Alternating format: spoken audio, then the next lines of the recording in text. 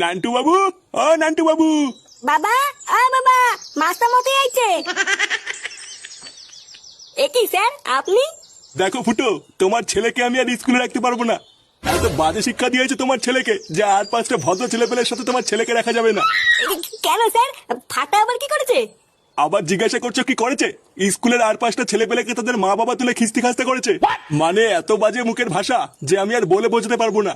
এমনকি ও আমাকে পর্যন্ত ক্লাস ভর্তি ছেলেপেলের সামনে খানকি ছেলে বলেছে। তুদিন ভাই, আমি তো এমনি এমনি বলেছি নাকি?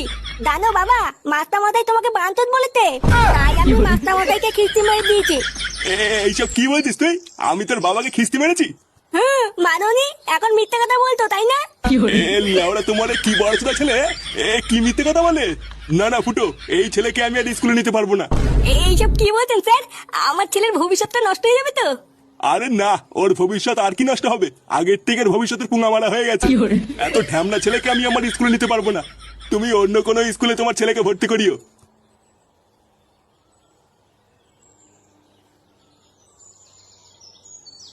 পড়াবে না, বাল ছেড়ে গেছে।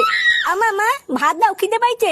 বাঞ্চত ছেলে, স্কুলে গিয়ে গান মারিয়ে এসে তোমার খিদে পেয়ে গেছে তাই না? চোরের বাচ্চা,